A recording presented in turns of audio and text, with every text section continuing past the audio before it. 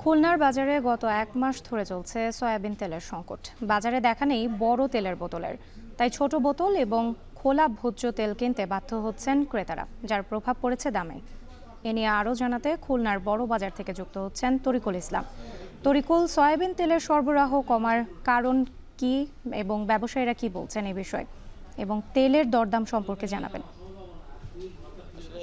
খুলনার বড় বাজার এলাকার ব্যবসায়ীরা কিন্তু সুনির্দিষ্টভাবে কিছু বলতে পারছেন না, শুধু বলছেন যে সরবরাহ কম থাকার কারণেই মূলত এই ভোজ্য তেলের সংকট দেখা দিয়েছে। আর এই সংকট কাটাতে আসলে কী ধরনের উদ্যোগ নিতে হবে, এখনও কিন্তু গত 1 মাস হতে চললো খুলনার বাজারগুলোতে যে তেলের যে সংকট চলছে ভোজ্য তেলের, সেটি কিন্তু এখনও কিন্তু চলমান রয়েছে। অর্থাৎ প্রতি লিটার তেল কিন্তু খোলা বাজারে যে ভোজ্য তেলগুলো কয়েক রকমের রয়েছে, সয়াবিন 184 টাকা, সুপার 176 টাকা, পাম অয়েল 172 টাকা এবং সরিষার তেল প্রকারভেদে 220 থেকে 250 টাকা পর্যন্ত বিক্রি হচ্ছে।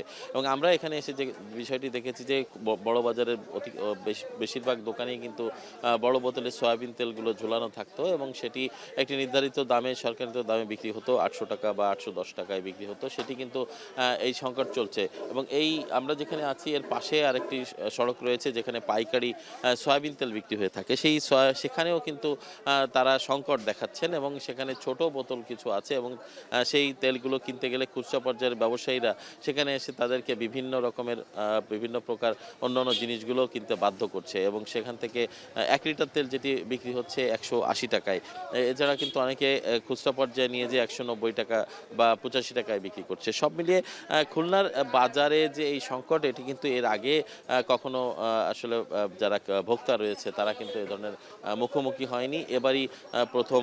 তারা বলছেন যে এটি একটি কৃত্রিম সংকট সৃষ্টি করা হচ্ছে এবং কৃত্রিম সংকট সৃষ্টি করার কারণে এই ভোজ্য তেলের যে যারা চাহিদা মতো যারা যেভাবে চাচ্ছে সেভাবে কিন্তু এই সয়াবিন তেল পাচ্ছেন না।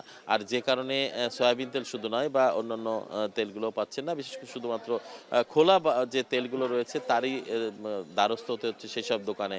তো সব মিলিয়ে রাত্রি আমরা বলতে পারি যে এই ভোজ্য তেলের বাজারে অস্থিরতা, যেটি ভোক্তা পর্যায়ে সাধারণ ক্রেতাদের মাঝেও একটি অস্থিরতা তৈরি হয়েছে এবং দাম নিয়ে মানুষের মাঝে তারা বলছেন যে একটি মনিটরিং ব্যবস্থা জোরদার করা উচিত এবং প্রশাসনের নজরদারি করা উচিত। সব মিলিয়েই ছিল আমার কাছে খুলনা থেকে সয়াবিন তেলের বাজারের সর্বশেষ খবর।